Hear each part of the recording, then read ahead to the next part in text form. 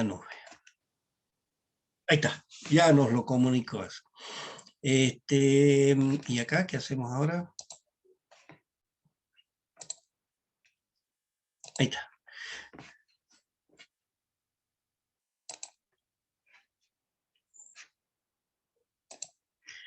Bien, retomamos nuevamente entonces.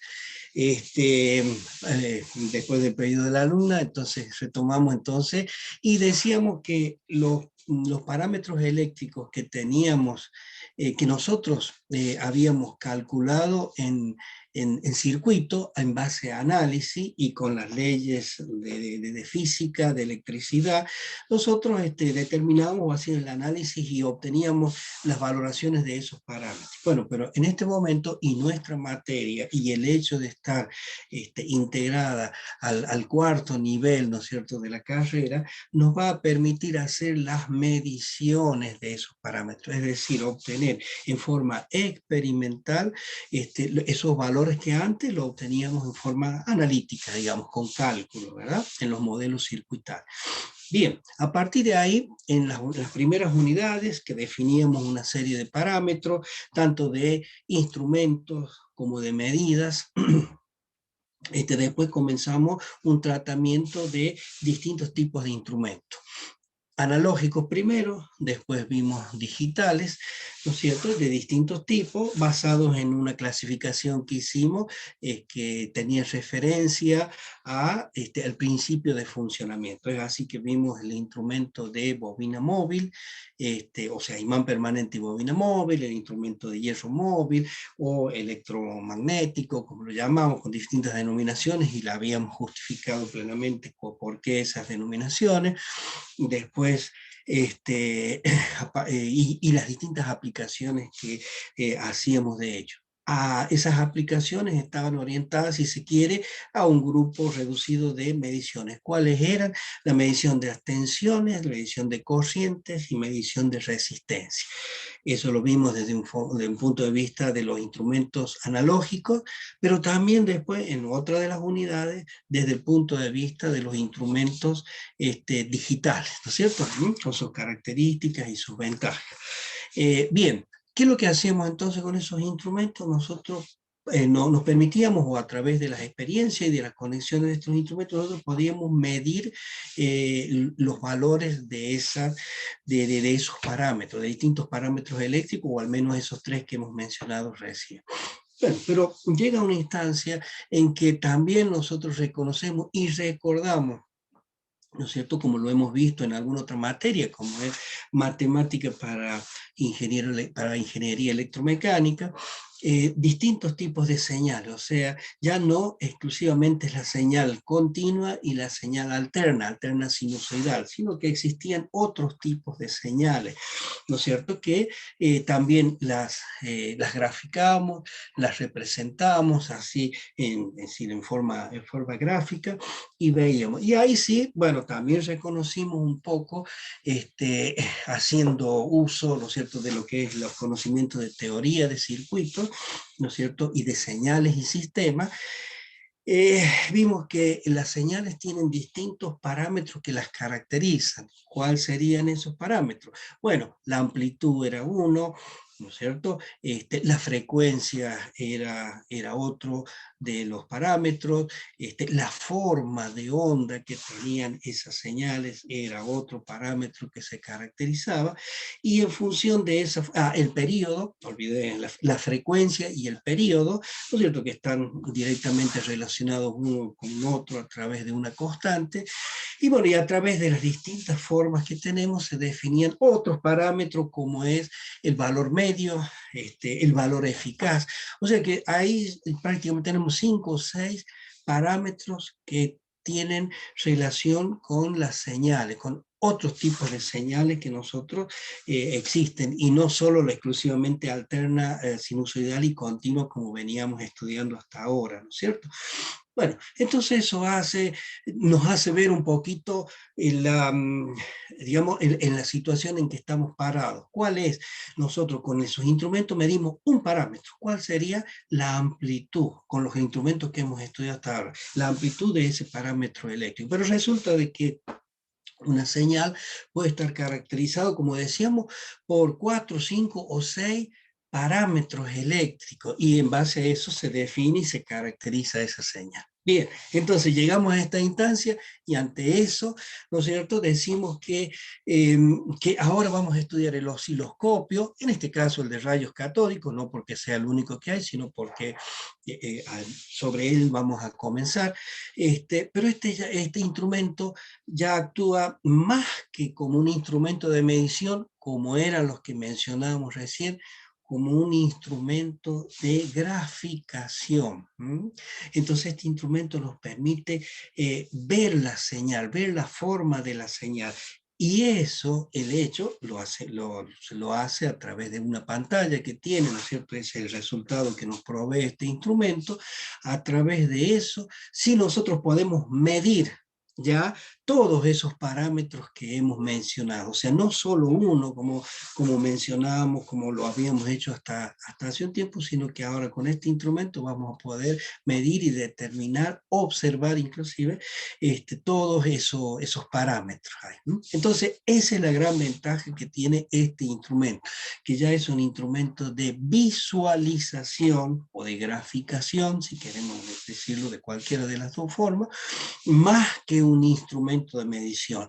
Lo es un instrumento de medición, pero es un poco más amplio, ¿no es cierto? Porque nos permite visualizar. Esa es la gran ventaja de este tipo de instrumento.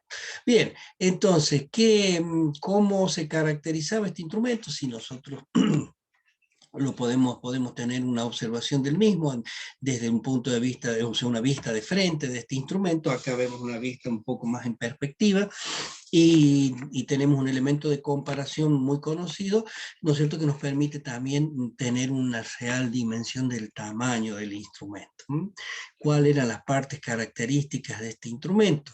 Bueno, era todo un gabinete con una forma como la que vemos ahí, prismática. Tiene un frente, en ese frente sí observamos la pantalla, en ese frente también observamos una serie de controles. Entonces todo esto define lo que es el panel frontal, con una serie de controles que vamos a ir viendo uno a uno. Bueno, pero además de todo eso, además de esos controles, tiene elementos de conexión, o sea, mejor dicho, puntos de conexión, como los que estaríamos señalando ahí, a donde nosotros podemos incluir, podemos conectar los cables, justamente cables de conexión, que nos brindan la posibilidad de tomar las señales desde un circuito cualquiera e incorporarlo al instrumento. Bueno, después lo que vemos también es un brazo o una manija, ¿no es cierto?, de portación, para sostenerlo, y que inclusive para fijarlo o inclinarlo en una mesa de trabajo.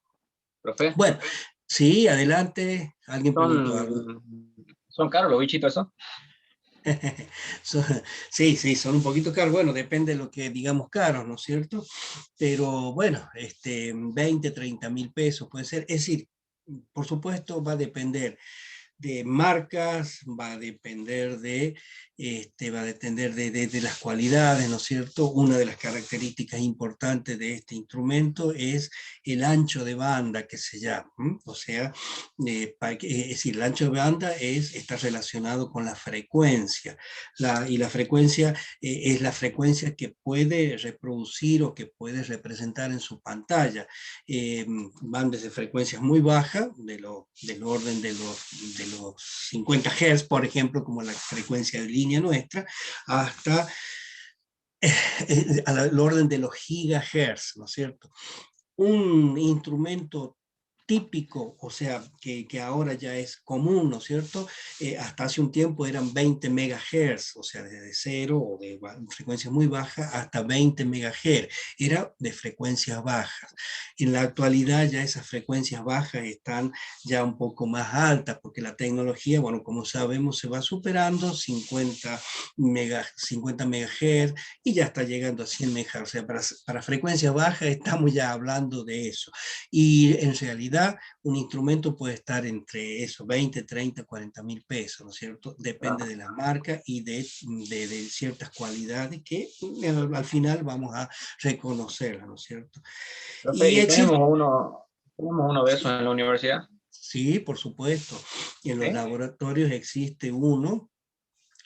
Existen instrumentos de este tipo, es decir, la universidad tiene distintos laboratorios, como usted sabe, hay laboratorios de electromecánica y hay laboratorios de electrónica, y en electromecánica existen, ¿no es cierto? Y en electrónica existen varios, porque en realidad ahí se hace un uso mucho mayor de esto, en una serie de circuitos que se estudian y que se miden, por supuesto, ¿no? Así que, bueno, ustedes en el práctico lo van a decir. Y dicho sea de eso, nos sirve la oportunidad y la pregunta de su compañero, para un poco transmitirle algo de las actividades que se van a realizar. Es decir, con el ingeniero Consi, con él lo van a comentar mucho mejor, y a través de él vamos a hacer el pedido de la autorización para poder concurrir a los laboratorios. En un día Estaría bueno. determinado. Sí, sí, Mm. sí, realmente así ahora ya existe, es decir, el consejo directivo de la universidad es la autoridad máxima, quien rige, ¿no es cierto?, todos los destinos y toma las decisiones en la facultad, ¿no es cierto? El decano es el que las aplica a través de todo su cuerpo de asesores y colaboradores.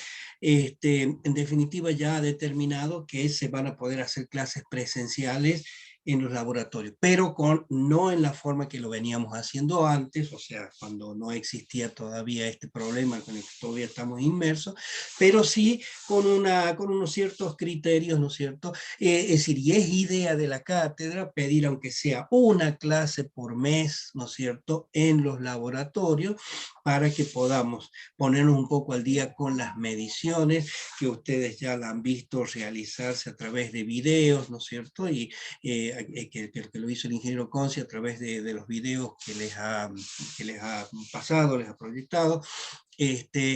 Bueno, esas clases se van a poder como que recurrir para que ustedes puedan manipular los instrumentos. Esa es la idea. Y por supuesto, llegado el momento, también vamos a ver el funcionamiento del osciloscopio, y más bien, más que el funcionamiento, la medición de parámetros con ese osciloscopio, o sea, la aplicación de este instrumento. Así que en ese sentido, la idea de la cátedra es que pidamos el mismo día que sabíamos tener los prácticos. O sea, ¿ustedes cuándo tienen el práctico? ¿Cuándo desarrollan el práctico? Creo que un día jueves, ¿verdad? Los viernes, profe. Los viernes. Ah, perdón, los viernes por la tarde, ¿verdad? Así Sí. es. Bien, entonces el Sí. viernes el viernes por la tarde la idea es que ese día se puedan concurrir, ¿no es cierto?, a la facultad para hacer las prácticas. Por supuesto que se van a respetar todos los protocolos, es decir, se va a tratar de distribuir o hacer diferencias horarias, ¿no es cierto?, a grupos, ¿no es cierto?, de a tres. Esa es la idea. Ya se lo va a pulir mejor y se las va a comunicar el ingeniero Conci cuando ya nos den la autorización. Por supuesto, ¿no? Para que, bueno, vayan concurriendo, inclusive en el tiempo que demande la actividad de cada grupo, ¿no es cierto? Van a ir concurriendo y haciendo las mediciones y las anotaciones y tomar las fotografías que quieran y bueno, y todo lo que corresponde o lo que surja de esa actividad práctica, ¿verdad? Genial. A ver, ¿alguien preguntó algo? No, que genial. Sería muy bueno poder Sí, hacer sí, unas prácticas. sí, Más en sí, esta sí. materia que es como muy de Y práctica. justamente esta materia es netamente práctica, es decir, o sea, por supuesto existen conocimientos teóricos como para introducirnos dentro de los instrumentos y observar y tener ciertos conocimientos que fundamentalmente hacen a las mediciones y a las precauciones que hay que tener con ellos, pero la realidad de esta materia está en utilizar esos instrumentos en mediciones. En realidad siempre ha sido así. Nada más que, bueno, el año pasado ha sido muy especial, bueno, ya lo saben, y nos ha condicionado en ese sentido. Se logró hacer la terminación del año, pero este año ya tenemos la posibilidad de volver y por lo menos hacer, tal vez no todo el año completo, pero sí de acá hasta fin de año, aunque sea una clase por mes, o sea, serían 5 o 6 clases que se podrían hacer en los laboratorios, y con eso se intentaría, digamos, recurrir a actividades con todos los instrumentos que de alguna manera vemos, o por lo menos con los que están, en los prácticos que están previstos, los que están previstos en la guía de práctica. Así que bueno, eso es lo que se nos vendría. Así que bueno, un poco anticipándome a eso, ya lo van a hablar mejor con el profesor con el JTP, pero de alguna manera prepárense para, bueno, ser convocados algún día para, bueno, a concurrir a la facultad, para que en presencialidad concurran a esos laboratorios y podamos hacer bueno, unas prácticas. ¿Está bien? Bueno, entonces nosotros seguimos con nuestro instrumento.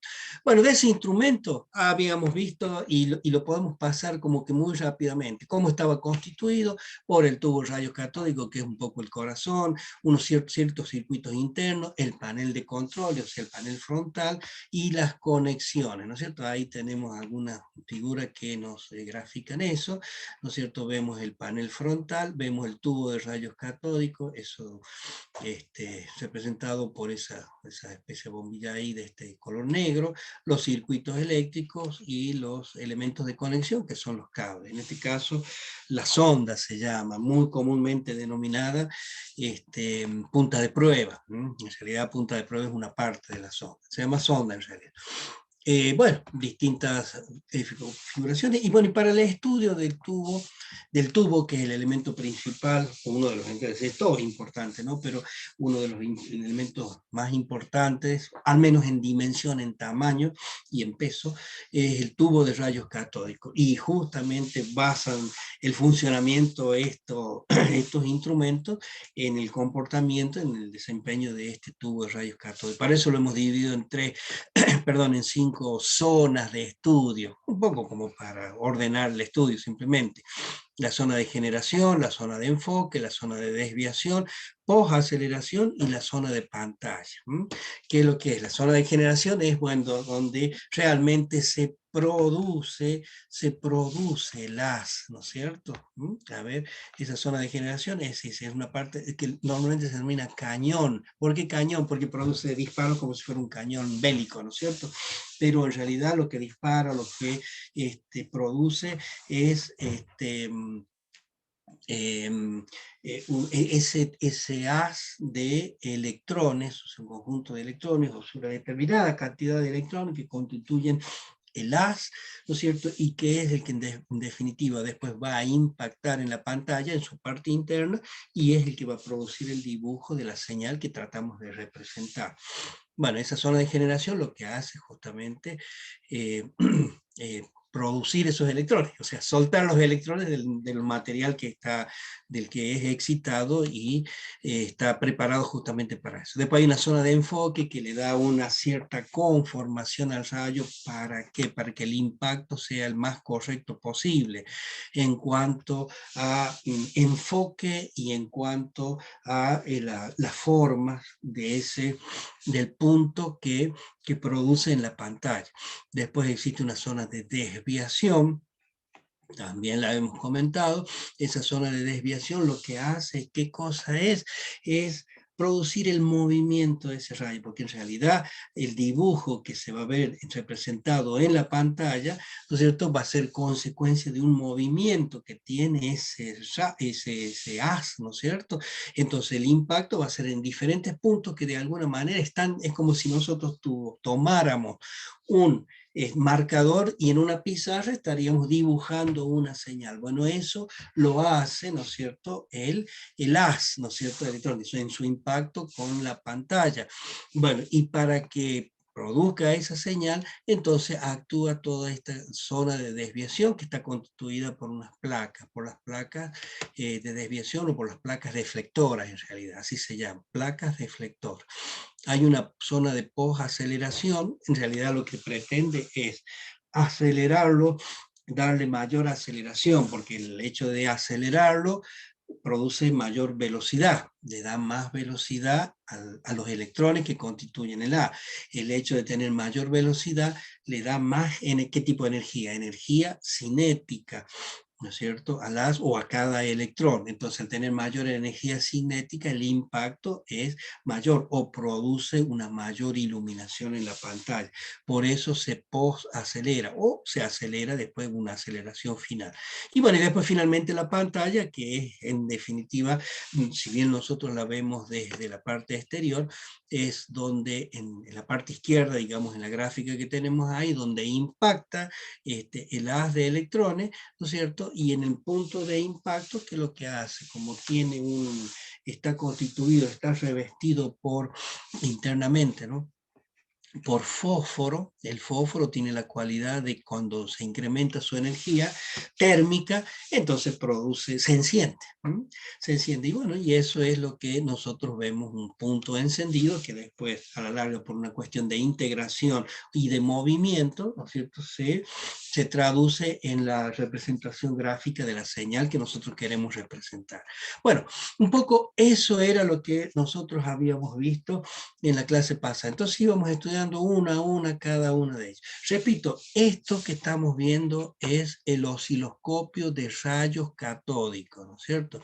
El osciloscopio de rayos catódicos. También en algunas bibliografías lo van a encontrar como osciloscopio analógico. ¿Por qué? Porque, bueno, después surgió el osciloscopio digital, que también lo van a ver en alguna clase de práctica, ¿no es cierto? El osciloscopio digital, que produce exactamente lo mismo que esto, pero con diferencias o con otras prestaciones. Y fundamentalmente con otras, con diferencias en qué, en el tamaño, ¿no es cierto?, del instrumento y en el peso del instrumento.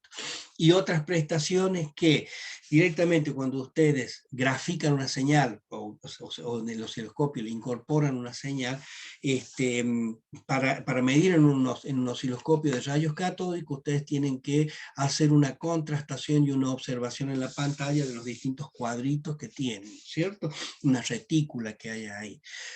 Bueno, en el osciloscopio digital tiene la gran ventaja de que se hace todo un tratamiento de señales, de manera de que además de observar la señal, lo mismo que hace este otro osciloscopio y pueden medirla, pero también el mismo osciloscopio ya se la está expresando, le expresa el valor máximo, le expresa el valor eficaz, le expresa el valor medio, y la expresa la frecuencia, le expresa el periodo, que de alguna manera en el osciloscopio de rayos catódicos ustedes tienen que determinarle, tienen que medir. Bueno, entonces esas son las prestaciones que hace el osciloscopio digital, pero después, salvo eso, es exactamente lo mismo. Su manejo es muy parecido, es similar. Recuerden siempre lo que habíamos dicho para el caso de instrumentos analógicos y instrumentos digitales. Los instrumentos digitales siempre se adaptaron en todo a los instrumentos analógicos. ¿En qué sentido? O sea, en las conexiones son exactamente lo mismo, y los controles de un osciloscopio digital también son prácticamente iguales a las de a un osciloscopio de rayos catódicos. Entonces, si bien nosotros estudiamos el osciloscopio de rayos catódicos, el analógico, pero el digital lo van a poder medir y con mejores resultados todavía, ¿no es cierto? Y también lo van a hacer en alguna clase.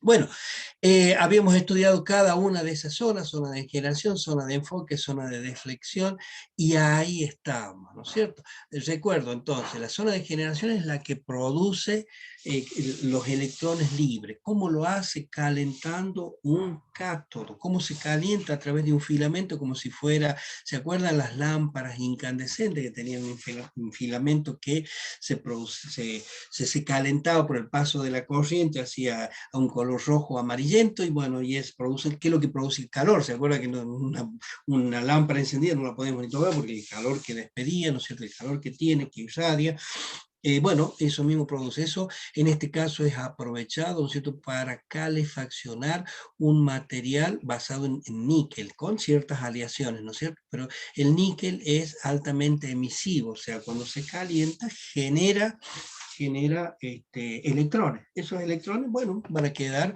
como constituyendo una nube alrededor del lugar donde se ha generado. Pero ¿qué es lo que pasa? Inmediatamente se le adosa un potencial positivo, ¿no es cierto?, que tiene la placa y otros electrodos que tiene el tubo interiormente.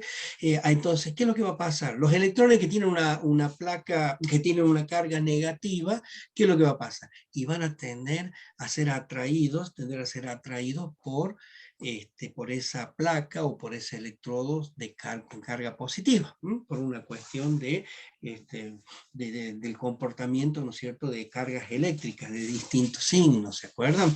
Que lo estudiamos nosotros en materias como física, fundamentalmente, ¿m?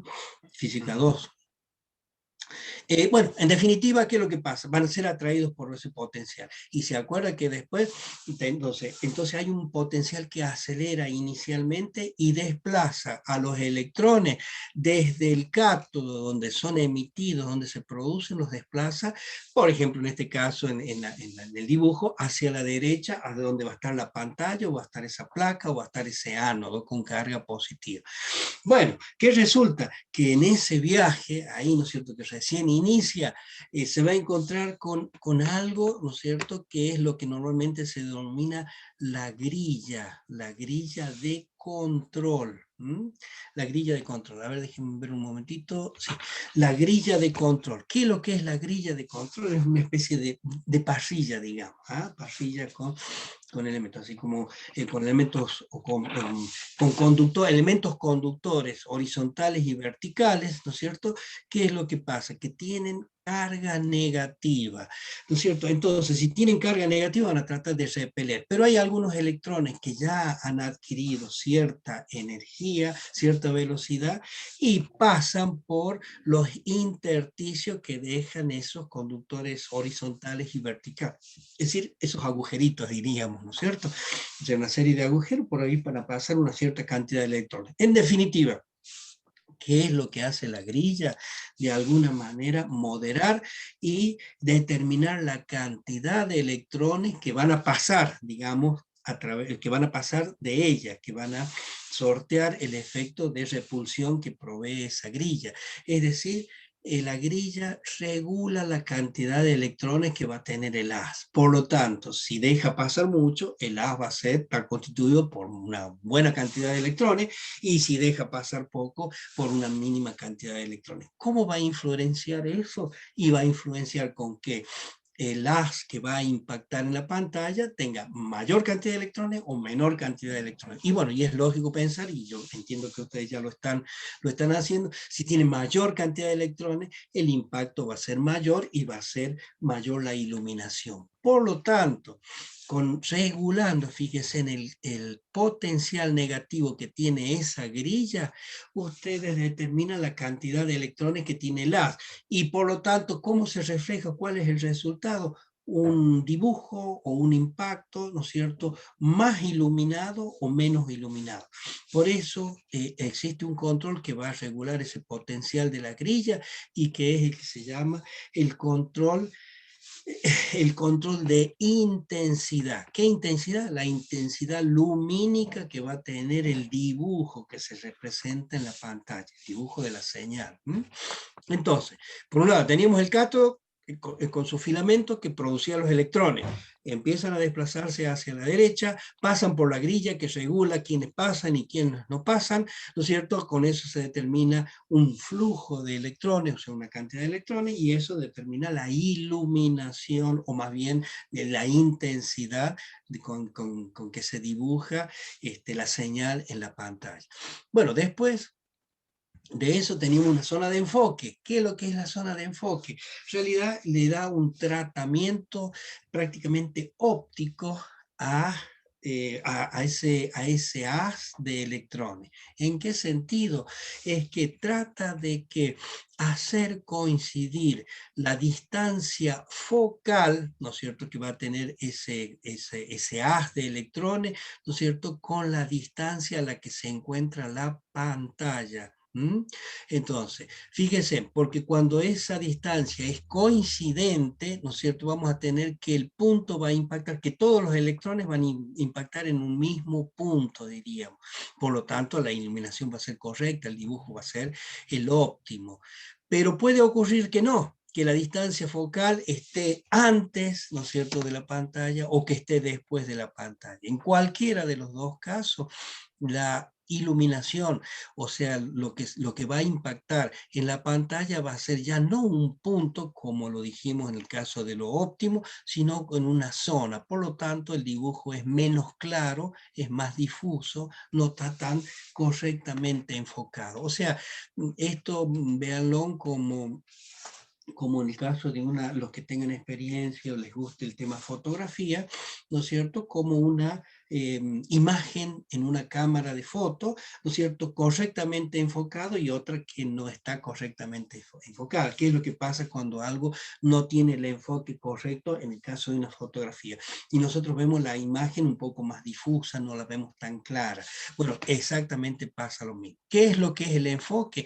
Es hacer coincidir la distancia focal con el plano a donde está, en el caso de las máquinas de fotografía, donde está ubicada lo que yo quiero fotografiar, sea una persona, sea un paisaje o lo que en fin, lo que estoy tratando de hacer imagen, ¿no es cierto? Bueno, lo mismo pasa acá. Entonces, en definitiva, ¿qué es lo que es esa zona de enfoque? Trata de que el haz tenga el mejor dibujo correcto, o sea, que sea un punto, ¿no es cierto?, lo más claro posible, y fundamentalmente, si estaríamos hablando no de un dibujo de una señal, sino de un punto, que ese impacto produzca un encendido, o un punto, o un dibujo de un punto en forma circular, ¿no es cierto? Porque también puede deformarlo, en vez de tener en forma circular, tenga en forma de oval, en forma de oval o elíptico. De esa manera entonces también estaría deformada, si se quiere, la señal. Por lo tanto, hay dos controles acá que pueden estar y que nosotros vamos a poder reconocer en un osciloscopio, que es el control de enfoque, que se da a través también de un potenciómetro que, modificando los potenciales de estos electrodos, ¿no es cierto?, hacen variar la distancia focal y por lo tanto lograr lo que mencionábamos recién. Pero también está el control de astigmatismo, similar a los problemas a veces de vista, que tratan de que que el impacto sea circular y no ovalado. Bueno, los de astigmatismo a veces no son tan comunes, pero los de enfoque, bueno, en todo osciloscopio van a encontrar. Entonces, y ustedes van a reconocer esos controles cuando estén en presencia justamente de un osciloscopio, que son los que ustedes pueden acceder y que con los cuales pueden interactuar para mejorar la claridad de la señal dibujada. Bueno, el control de enfoque. Y después vamos a una zona de Profe, reflexión. sí, Sí, a profe. ver, adelante. O sea que el control de enfoque es para que las de electrones choquen justo en la pantalla en un solo punto. En un solo punto, Y el, sí. y el de astigmatismo es para que no produzca eh, óvalos en la pantalla, que Claro, salga un punto redondo. si nos, claro, para que el punto de impacto, si fuese, imaginemos que el haz no está dibujando una señal que estaría impactando directamente sobre ese punto, ese spot, ese punto de impacto sea circular. No sea, y si no, si te ha dotado de algunas ciertas irregularidades, tomaría una forma oval, ¿no es cierto? Que no sería. Entonces lo correcto sería circular. El de astigmatismo, el control de astigmatismo justamente hace eso, ¿no es cierto? Bueno, de todos modos, los dos se traducen, y en cuanto a lo que nosotros vamos a ver, se traducen en una imagen más nítida, como lo decimos comúnmente, una imagen más nítida. Bien. Bueno, la zona de deflexión. La zona de deflexión, dijimos, ¿para qué está? La zona de deflexión está para mover el haz, porque en definitiva no tiene que, es decir, el haz producido no tiene que ir a impactar, por ejemplo, en el medio y dibujarnos lo que decíamos recién, un punto circular, ¿no es cierto?, con buena intensidad, bien circular. No, no, en realidad nosotros queremos que nos dibuje una señal, porque para eso es este instrumento.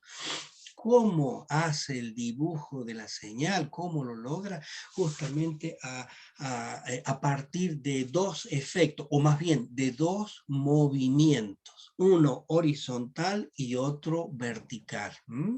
Entonces, por esa razón, que para producir el movimiento horizontal existen lo que se llaman las placas de deflexión horizontal, ¿no es cierto? PDH, ¿no es cierto? Dice placas de deflexión horizontal. Y para producir el movimiento vertical existen las placas de deflexión vertical. Fíjense, y ahí sí, lo habíamos comentado en las clases anteriores lo volvemos a mencionar ahora.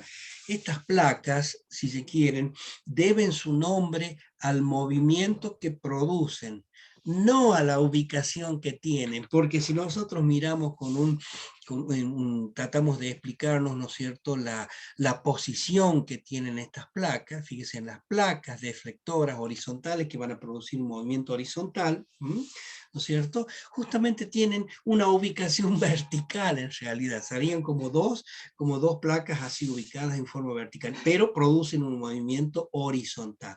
Entonces, la denominación está en relación al movimiento que producen, no a la ubicación que tienen esas placas. Y por ende, y no es cierto, sería como complemento, las placas de deflexión vertical tienen una ubicación horizontal, una está arriba y otra está abajo, pero el movimiento que producen es un movimiento vertical. Me refiero al ASI, ¿cierto? Entonces, eso es una situación que, bueno, un poco es digna de tenerlo en cuenta, ¿no es cierto? ¿Qué es lo que ocurre? A ver, cuando nosotros representamos una señal, en este caso con el osciloscopio, estamos haciendo exactamente lo mismo que cuando nosotros en análisis matemático, por ejemplo, representamos una función matemática.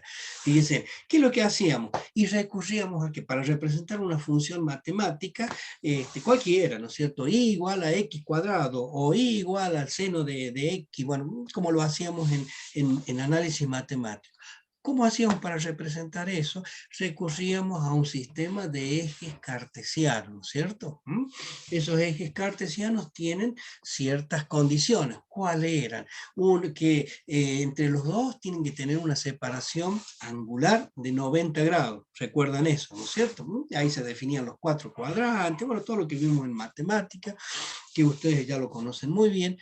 Pero además, ¿qué otra cosa? Es necesario que el eje de ordenadas tenga una dirección vertical, tenga verticalidad, y que el eje de las abscisas, ¿no es cierto?, tenga la dirección horizontal.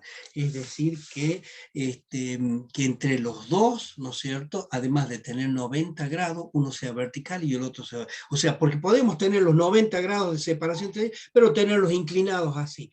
Bueno, no, en este caso y para la representación que vamos a hacer en la pantalla es necesario que haya una coincidencia. Entonces hay una situación de ortogonalidad y de ortonormalidad. La ortogonalidad son los 90 grados de separación, la ortonormalidad es la situación por la cual uno tiene que ser vertical y el otro tiene que ser horizontal, ¿no es cierto? Por esas razones que en estas pantallas, porque puede ocurrir por el funcionamiento, el tiempo de funcionamiento, o por alguna situación, digamos, de incorrecciones, el dibujo se nos va de esas propiedades que hemos mencionado, ¿no es cierto? Bueno, entonces existen controles, ¿no es cierto?, de posición XY, de alineación y de ortogonalidad que tratan de corregir eso. ¿Para qué? Para que, como dijimos, siempre tengamos 90 grados, no tengamos mayores ángulos y siempre tengamos verticalidad y horizontalidad en los ejes a donde se va a representar. Porque en definitiva, en la pantalla lo que vamos a ver, nosotros dibujado una señal en relación a un sistema de ejes cartesianos. Es lo que hemos hecho siempre en matemáticas, bueno, en las materias donde hemos tratado las funciones matemáticas, las señales. Acuérdense que las señales eléctricas de alguna manera están directamente asimiladas o están estudiadas como señales, como funciones matemáticas, ¿no es cierto? Bien. Entonces, esa es la zona de deflexión. un poco como para entender la situación del comportamiento, volvemos un par de, a ver, creo que acá está. En esta diapositiva que estamos viendo, nosotros vemos, bueno, un tubo de rayos catódicos con una forma muy ocurrente que al origen de los, bueno, esta es una gráfica, un esquema que aparece en muchísimas bibliografías de medidas eléctricas porque es muy representativa del funcionamiento del tubo de rayos catódicos, ¿no es cierto? Si bien tiene un formato, el tubo de rayos catódicos que está dibujado acá tiene un formato que es el que se usaba anteriormente, originalmente tenía la pantalla, tenía una forma circular, ahora todas son rectangulares, así cuadradas, digamos, 4 lados. Pero bueno, es muy representativo y esto lo van a encontrar, repito, en muchas de las bibliografías existentes. Fíjense, acá está manifestado las señales que van a intervenir o que se les va a aplicar a lo que serían las placas deflectoras verticales, que es la superior y la inferior, y a las placas deflectoras horizontales, que es la que está, diríamos, a la izquierda y más a la derecha. O sea, fíjense que acá es muy notable ya, acá se ve la posición que ocupan las placas y dijimos que la denominación obedece al movimiento que le produce o que le traduce a las y no la posición que ocupan. Acá sí podemos ver que, supongamos, las placas verticales, ¿no es cierto?, tienen una ubicación horizontal, como lo ven, ¿no es cierto? Parece un juego de palabras, pero bueno, un poco de ver y de analizar esto, ustedes fácilmente llegarían a esa conclusión. Pero bueno, el dibujo de una señal, por ejemplo, una señal sinusoidal como la que vemos en pantalla, es la representación de lo que nosotros le vamos a aplicar a las placas deflectoras verticales. Entonces, la señal que yo quiero representar o que queremos representar, se la vamos a aplicar a las placas deflectoras verticales de un osciloscopio. ¿Cómo lo hacemos? A través de una conexión de cables, ¿no es cierto?, que le incorporamos en el panel frontal, que lo conectamos ahí al panel frontal a una ficha de conexión, ¿no es cierto?, en lo que se llama el área vertical. En definitiva, conectamos eso y esas señales se adecúan y en definitiva van y hacen incidencia en las placas deflectoras verticales. Por lo tanto, lo que nosotros nos tiene que quedar en claro ahora como concepto es que la señal que yo voy a dibujar es la que aplico a las placas deflectoras verticales, o dicho al revés, ¿no es cierto? La señal que se aplica en las placas verticales es la que se va a representar gráficamente. ¿Y por qué hacemos ese comentario? Porque en las placas horizontales, o las placas de deflexión horizontal, vamos a aplicar una señal que se llama diente de sierra, que es muy conocida, esa denominación, digamos, ¿no es cierto?, en la jerga, ¿no es cierto?, de electrónica y de representaciones, y fundamentalmente del osciloscopio.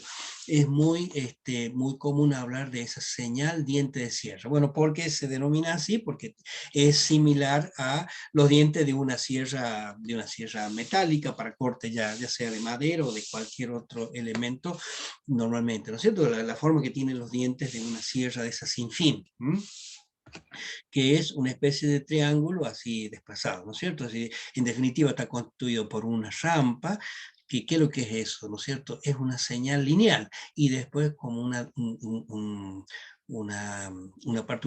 decrecimiento abrupto, ¿no es cierto?, prácticamente instantáneo, casi instantáneo. Bueno, esa es nuestra diente de sierra, ¿no es cierto? Fíjense que esa es la señal que se aplica en las placas deflectoras horizontales. La conjunción de las dos señales, es decir, la que quiero representar, en este caso una sinusoidal como que se tomó como ejemplo, la que quiero representar, y esta señal que siempre va a ser así, una diente de sierra, es justamente hace de que conectadas a las placas deflectoras vertical y horizontal, se dibuje exactamente la señal que yo estoy tratando o estoy aplicando en el vertical o en las placas deflectoras vertical. Fíjense, y un poco para demostrarlo así en un análisis puntual y gráfico, ¿no es cierto? Esta señal sinusoidal, que es la que quiero representar, se la ha caracterizado, dividido en ciertos puntos característicos, como el 1, 2, 3, 4, lo que están expresados ahí hasta el número 9. Pero también en forma coincidente, y coincidente en que en tiempos. También en la diente de cierre también se considera, cuando la señal está en el punto 1, la diente de cierre está en el punto 1. Cuando la señal sinusoidal está en el punto 2, la diente de cierre también está en lo que corresponde a ese punto 2, o sea, en el valor de ordenada de ese punto 2. Si nosotros hacemos esa situación, ¿qué va a pasar? El haz comienza a dibujarse o impacta en un principio en el punto 1, pero después se traslada, fíjese, aumenta el valor de de la amplitud en la señal vertical hasta un valor 2 determinado, o sea que dibujaría un punto tal como el que estoy señalando, pero como a su vez en el eje horizontal, ¿no es cierto?, se aplica también una tensión, entonces lo desplaza en forma horizontal, entonces ya no lo va a aplicar sobre el mismo valor del eje, sea en forma vertical, sino que lo va a desplazar, entonces el resultado es un punto que sería coincidente con la amplitud de ese punto 2, y así sucesivamente cada uno de los puntos, ¿no es cierto?, es decir, lo va moviendo en forma vertical por el efecto que le produce la señal vertical, pero también le va a producir un movimiento horizontal por el efecto que produce esa señal diente de cierre. Como resultado de todo eso es la representación de nuestra señal sinusoidal. Fíjense en qué es lo que pasa al final, cuando llega al punto 9, ¿no es cierto? Se dibujó esa señal y bueno, de ahí hacemos una nueva representación. Entonces, traemos el haz, o mejor dicho, el instrumento lleva el haz desde el punto 9 al inicio, o sea, a la parte izquierda de la pantalla, para estar preparado para una nueva señal, para dibujar nuevamente. Es decir, porque no es que la dibujamos y se quedó ahí esperando otra situación de trabajo, no, vuelve y la sigue dibujando y en forma indefinida o cíclica, mientras tengamos conectado esa señal, sigue dibujando la misma señal. Entonces eso también nos hace pensar una cosa, tiene que haber una coincidencia absoluta de esa señal, del dibujo de la primera señal con la segunda y la tercera y hasta y mientras esté conectado, porque si no se va a producir un desplazamiento, un desfase que en definitiva van a concluir en una improlijidad, ¿no es cierto?, de la representación gráfica. Pero bueno, felizmente, ¿no es cierto?, siempre se hace sobre la misma traza y la señal se mantiene el tiempo que esté conectado la señal vertical al osciloscopio. Bueno, esa es la forma en que normalmente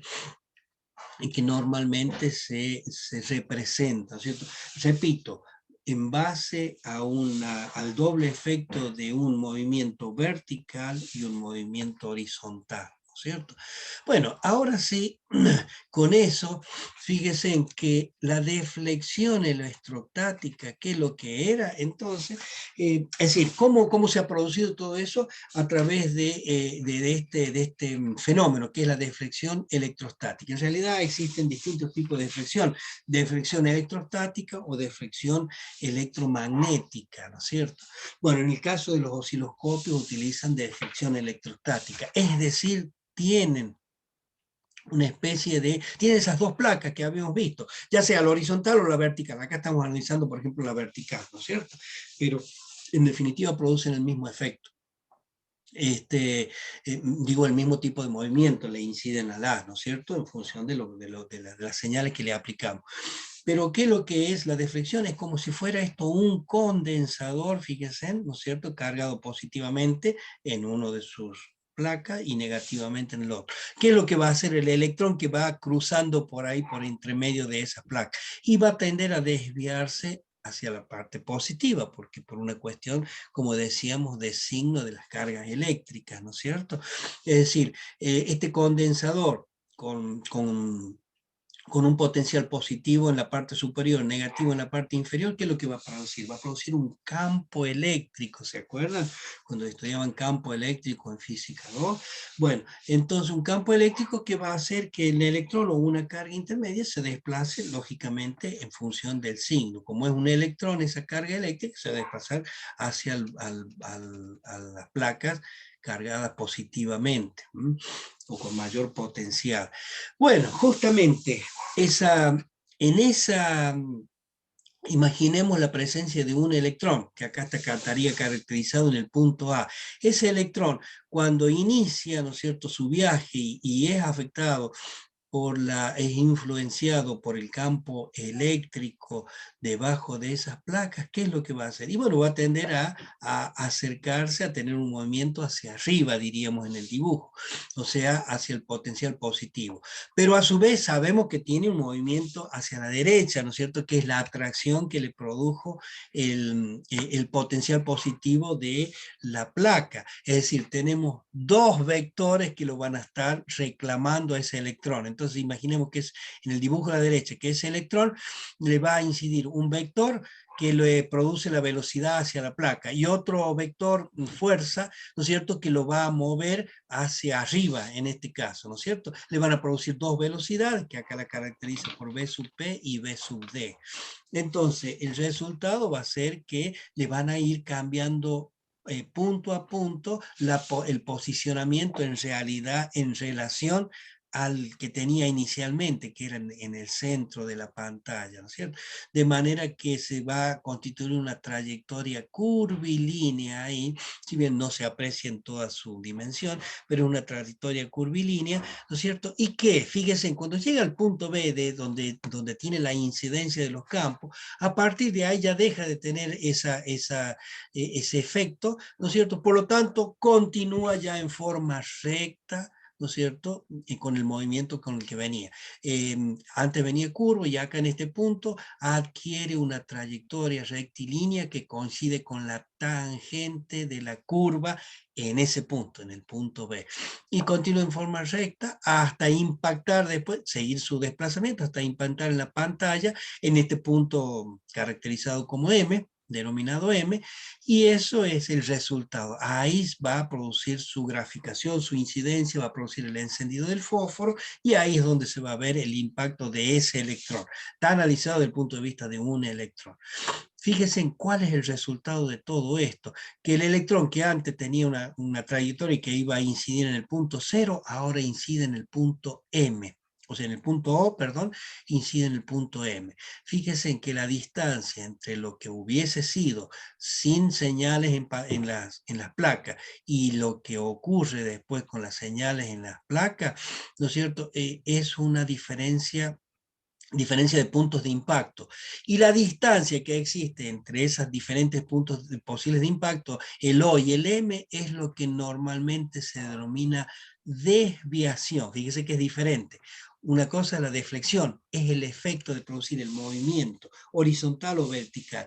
Y la desviación es la máxima distancia que puede, digamos, tener, ¿no es cierto?, de amplitud, ¿no es cierto?, el dibujo, de la amplitud del desplazamiento del dibujo.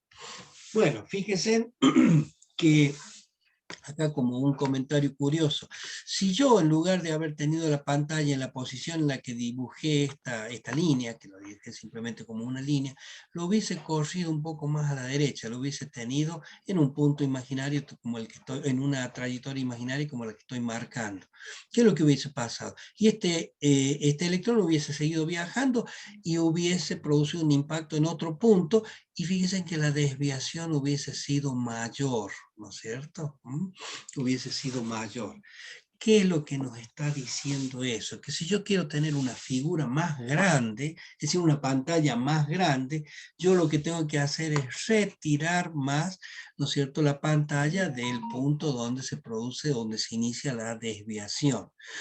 Eso es lo que ocurría en los televisores, en los viejos televisores TRC, que creo que ustedes lo han conocido, ¿se acuerdan de esos televisores que estaban conformados por un tubo de rayos catódicos y que tenían una profundidad muy grande? Cuando nosotros queríamos tener un televisor con pantalla más grande, ¿qué es lo que hacía? ¿Qué es lo que pasaba? Y necesitábamos también tener una gran profundidad, bueno, de todo el equipamiento, de todo el gabinete. ¿Por qué? Porque el tubo de rayos catódicos también necesitaba una gran longitud. Es este resultado. Desplazaban más la distancia entre la pantalla y las placas deflectoras. Bueno, pero eso lo hacía más voluminoso. Entonces, para tener una pantalla más grande, en esos casos, una pantalla más grande, ¿qué es lo que pasaba? Necesitaban una mayor profundidad del gabinete, del equipo, por la mayor distancia que tenía ese tubo de rayos catódicos, era más grande. Bueno, eso de alguna manera limitaba las dimensiones de las pantallas. No sé si usted recuerda, se llegaba hasta algo así como 29 pulgadas, y bueno, de ahí ya si no, ya necesitaba que es un tamaño tan grande para instalarlo. Bueno, eso se suplió con las nuevas tecnologías, ¿no es cierto? Las tecnologías de semiconductores, las tecnologías de LCD, ¿no es cierto? Las tecnologías LED ahora, que son pantallas planas, ¿no? Ya es lo que ya prácticamente no existen los otros, o si quedan, quedan como reliquias, ¿no es cierto? Por ahí todavía quedan funcionando, a pesar de que tenían un funcionamiento por muchísimos años, pero es como que ya se están en desuso por esa razón, por el gran lugar que ocupaban. Bien, tecnología superada, bueno, ya está, pasó. Pero bueno, en el osciloscopio de rayos catódicos se da esa situación. Y fíjense en que eso es una consecuencia también directa de, volvemos un poquito a las fotografías que teníamos antes, de esta profundidad que tiene, bueno, el tamaño del equipo en sí. Fíjense, en esa distancia que tiene está determinada en gran medida por el tamaño del tubo de rayos catódicos, por el largo que tenía ese tubo de rayos catódicos. Y bueno, y no solo el tamaño, sino el peso. El peso que tiene estos instrumentos, bueno, ustedes lo van a verificar en el gabinete, en el laboratorio, cuando se hagan los prácticos, ahí van a ver lo que es la diferencia de peso entre un osciloscopio de rayos catódicos y un osciloscopio digital. Bueno, seguimos. ¿Cómo estamos con el horario? Perdón. Son las... Todavía queda un ratito más.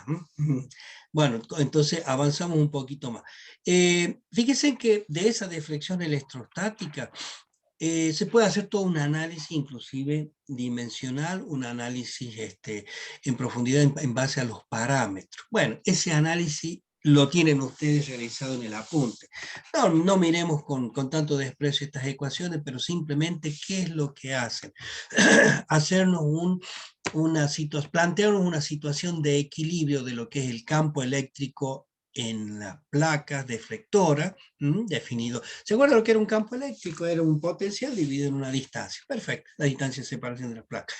Con la aceleración que adquiere debido al movimiento que tiene ese electrón, ¿no es cierto? Va a haber un tiempo de paso, que va a ser el tiempo que va a demorar el electrón por pasar debajo de las placas deflectoras, porque acuérdense que si bien no está en forma continua y siempre afectado de esas placas, ¿no? Es en un determinado momento que es el tránsito que tiene el electrón debajo de esas placas.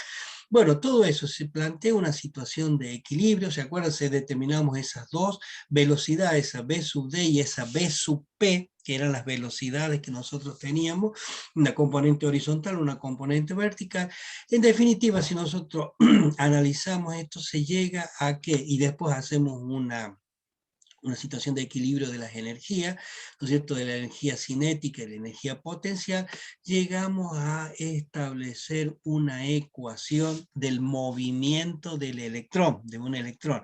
Esa ecuación lo podemos plantear desde un punto de vista, bueno, una ecuación como la que tenemos y la estoy marcando ahí, o plantearlo desde el punto de vista de definir lo que es la desviación. ¿Se acuerdan que lo que era la desviación? Lo que dijimos es la máxima distancia que puede alcanzar en la pantalla el electrón, a distancia de impacto, ¿no es cierto?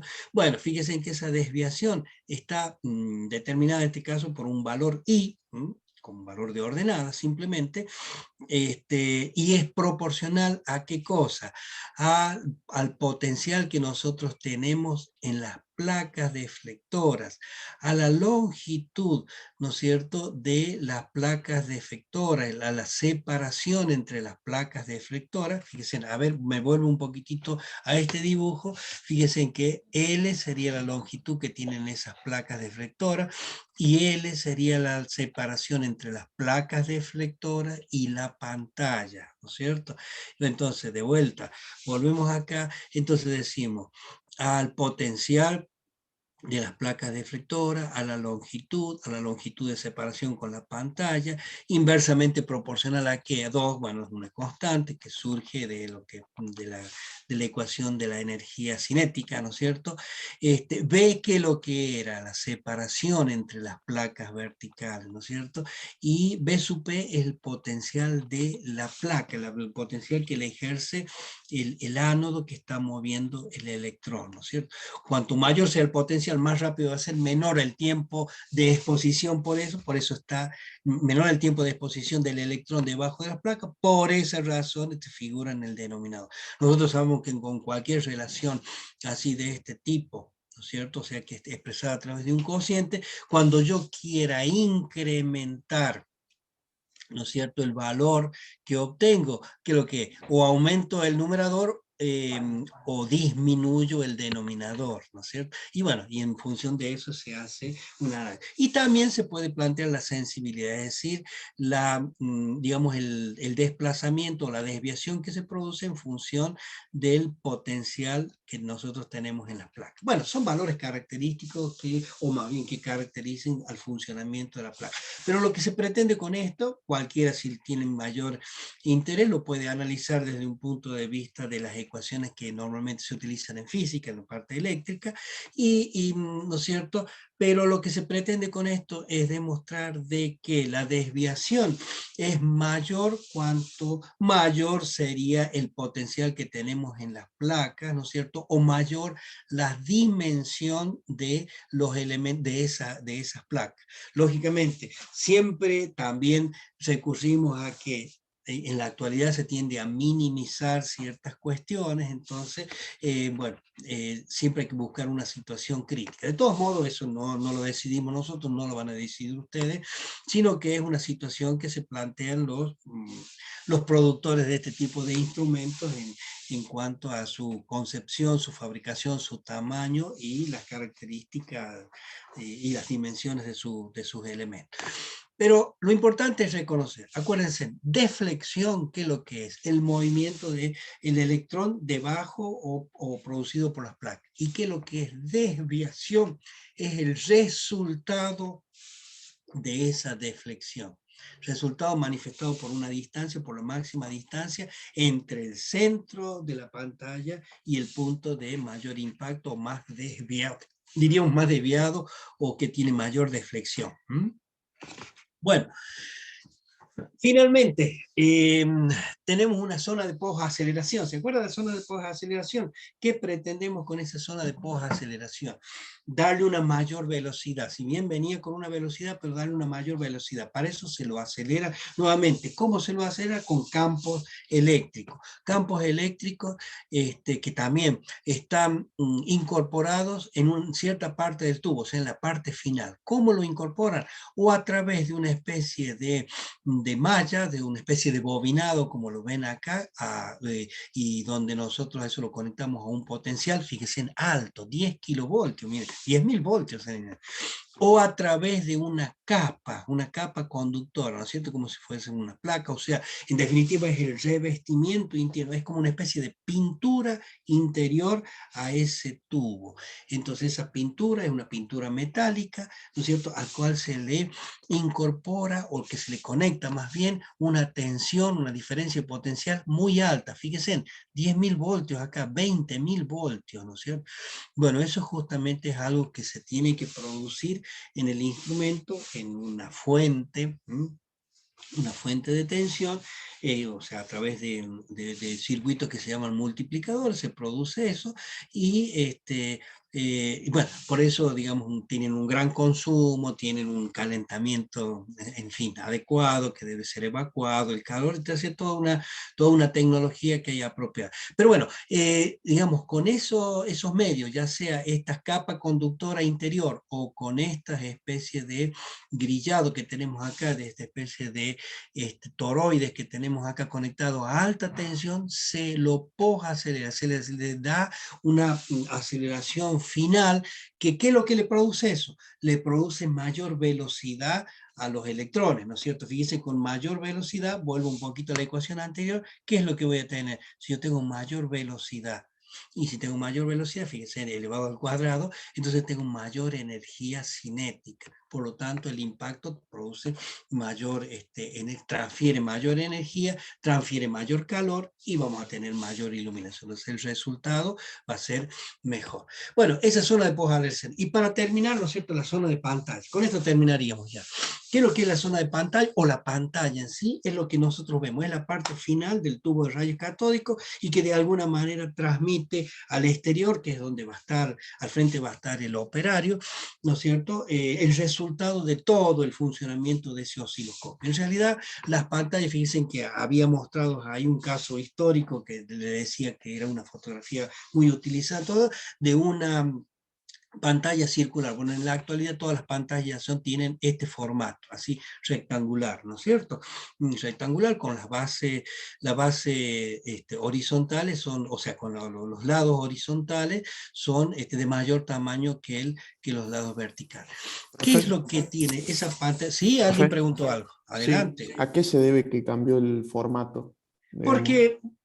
Porque de alguna manera por los tipos de señales que hay, ¿no es cierto? Imaginemos, si nosotros esto hubiese sido circular, así, imaginemos así, ¿no es cierto? Hubiese sido circular, y acá Sí, yo tengo planteado un seno, al comienzo se pierde imagen, ¿verdad?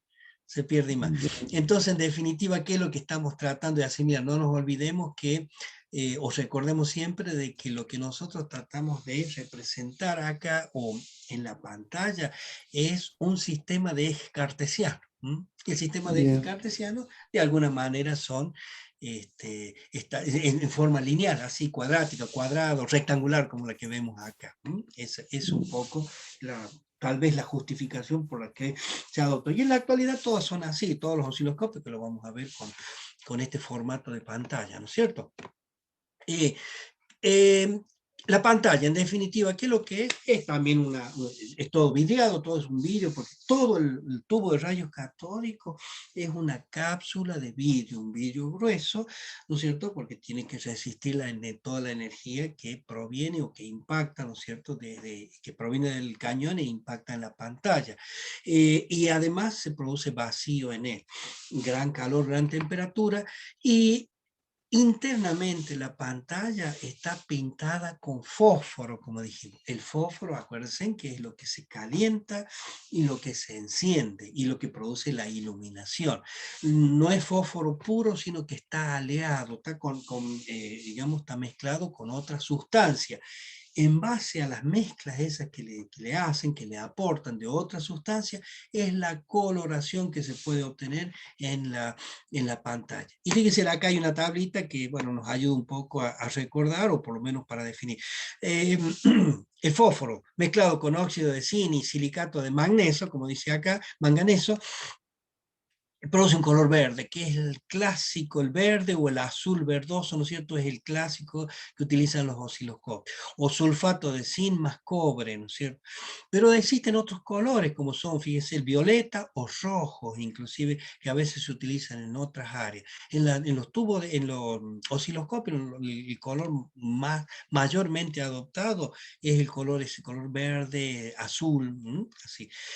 Tungstanato de calcio o fosfato de zinc más cobre. Bueno, no es necesario que se aprendan esto, simplemente sabiendo de que existen aleaciones que se le incorporan al fósforo y en base a los distintos tipos de materiales con lo que está aleado, se producen distintas coloraciones. Recurrimos a cualquier bibliografía y ahí vamos a ver cuáles pueden ser los colores, ¿no es cierto?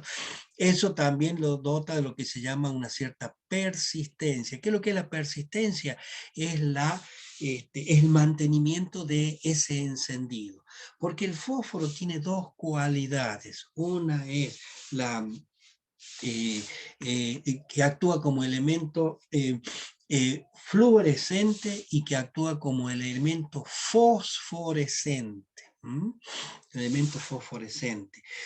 ¿Cuáles son esas? Una de ellas es que le permite encenderse, ¿no es cierto? Y la otra es que le permite perdurar un determinado tiempo encendido. Esas dos cualidades son las que se explotan del fósforo para hacer que cuando impacta el haz de electrones, ¿no es cierto? Se produce el encendido, ¿no es cierto? La fosforescencia. Y después la fluorescencia que se mantiene encendido durante un determinado tiempo. Esa es la otra cualidad. Pero bueno, yendo un poco a lo estructural de ese desde el punto de vista de los materiales, la parte química, diríamos, ¿no es cierto? La parte de conformación o de configuración de la pantalla dijimos que es rectangular y fíjense, tiene 10 cuadritos horizontales y tiene 8 cuadritos verticales. Están separados por líneas, o mejor dicho, están definidos por líneas. Esas líneas horizontales y verticales es lo que normalmente se llama la retícula, ¿no es cierto? O gratícula, ¿no es cierto? Es decir, todo un mallado o todo un sistema de líneas de referencia. ¿Por qué? Porque después cuando nosotros cuando midamos en el osciloscopio una señal cualquiera dibujada, ¿qué es lo que vamos a ver? Y mejor dicho, ¿qué es lo que vamos a hacer? Vamos a contar la cantidad de cuadritos que tiene la señal. Si llegó hasta este punto en relación al eje central, bueno, vamos a tener 1, 2, 3, y nos fijamos en la escala, ¿no es cierto?, que hemos seleccionado en los controles, y eso nos va a dar el valor de amplitud, tanto en lo vertical como en lo horizontal. Pero acá también es necesario comentar que además de las líneas estos cuadraditos que nosotros vemos ahí, que es la retícula, nosotros tenemos dos líneas centrales, una horizontal y una vertical, subdivididas, ¿no es cierto?, en marcaciones. Bueno, es un poco para producir interpolaciones, como lo hacemos en cualquier escala, ¿no es cierto?, de cualquier instrumento. Pero a su vez también ¿Profe? tenemos otra. Sí, adelante, vamos, pregunte. Ahí abajo dice marcas y rótulos para medir el tiempo de subida. ¿Qué es el tiempo de Bien, subida? muy bien, perfecto. Fíjense, en eso estábamos tratando de definir. Ven que hay unas lineecitas así, con línea de trazos más pequeñas, ¿no es cierto? Puntos más pequeños, trazos más pequeños. Normalmente, muchas de las señales eléctricas se refieren también a transitorios, o sea, porque nosotros en los osciloscopios podemos graficar no solo señales cíclicas, ¿no es cierto?, o sea, oscilatorias, ¿no es cierto?, sino también transitorias, o sea, que ocurre en un determinado instante y después se anula. Esas señales transitorias normalmente se caracterizan por ciertos parámetros. ¿Cuáles son esos parámetros? Justamente uno de ellos es lo que tenemos acá, ese tiempo de subida. Es el tiempo en que tardan de subir desde un valor mínimo hasta un valor máximo. Hay un determinado tiempo, o sea, marcado en el eje de las X, ¿no es cierto?, en que tardan en el eje de las Y alcanzar del mínimo al máximo. Ese sería. Después hay un tiempo que se llama tiempo de asentamiento, tiempo de oscilación o tiempo de máxima amplitud. Eso, ¿se acuerdan ustedes cuando veían los sistemas oscilatorios y que podían ser sobreamortiguados, subamortiguados o con amortiguamiento crítico? Que ustedes lo han estudiado desde un punto de vista mecánico, por ejemplo, en el caso de los resortes, o en el caso de, bueno, ciertos comportamientos, ¿no es cierto?, de sistemas mecánicos. Bueno, en los sistemas eléctricos también ocurre algo muy parecido y señales eléctricas tienen comportamientos de ese tipo. Bueno, si se acuerdan o recurren a esas gráficas, ustedes van a ver que ahí pueden definir el tiempo máximo, o sea, la amplitud, o lo que se llama el sobrepasamiento, o el tiempo de sobrepasamiento, el tiempo de encauzamiento, el tiempo de subida, que es el tiempo en que necesita la señal de llegar desde el valor mínimo hasta el valor de régimen, ¿no es cierto? Valor de régimen que va a estar establecido después finalmente y en forma continua, ¿no es cierto? Bueno, justamente estas referencias, estas líneas son para tener en cuenta eso. Y fíjense que están marcados entre 0, 10, 90 y 100. ¿Por qué? Porque esos valores se han caracterizado y hay tiempos de subida del 10%, tiempo de subida, sí, del 10%, fíjense que es entre 0 y 10, o entre 90 y 100, ¿no es cierto? Y hay inclusive están definidas para el 5%, es decir, distintas formas de adoptarlos a esos valores. Pero a la pregunta del compañero, ¿qué significa esto? Significa que para caracterizar las señales transitorias, ¿no es cierto? Y el tiempo de respuesta. Ustedes saben que cuando nosotros aplicamos, por ejemplo, un escalón de entrada o una señal abrupta a un sistema, no reacciona inmediatamente, ¿no es cierto?, de la misma forma abrupta produciendo una respuesta, sino que tarda un determinado tiempo. Ese determinado tiempo está en relación a ¿qué? A la inercia. Por ejemplo, ustedes lo estudian desde el punto de vista mecánico y las señales eléctricas desde un punto de vista eléctrico. A la inercia que tiene y en reaccionar los sistemas y otorgar una respuesta. Y se establecen después en un valor estacionario. Bueno, esos tiempos que se demoran, esos son los que se pueden medir a través de estas referencias que nosotros tenemos acá. Eso es, no sé si eso contestó a su pregunta. Entonces, para caracterizar los transitorios medidos, ¿cierto? En este caso de señales eléctricas. Esa sería la respuesta, ¿sí? El tiempo de subida, por ejemplo, es uno de los parámetros que caracterizan esos transitorios. Bueno, con esto entonces nosotros terminamos porque ya estamos al borde, ¿no es cierto? Con la zona de pantalla. En la clase que viene continuaríamos con la parte de circuitos que tenemos internamente. Lo importante es leer un poquito o entender cómo se responde a esto, cómo responde el tubo de rayos catódicos para su funcionamiento en el osciloscopio. Muy bien, jóvenes, ¿alguna pregunta, alguna duda, algo que quieran consultar? Mientras tanto, yo voy mostrándoles los que tiene el apunte, que yo creo que el apunte no se los he mandado. A ver, confírmenme en la unidad 5, ¿no es cierto? No se las he enviado, entonces se lo voy a enviar, bueno, mañana. Se lo envío.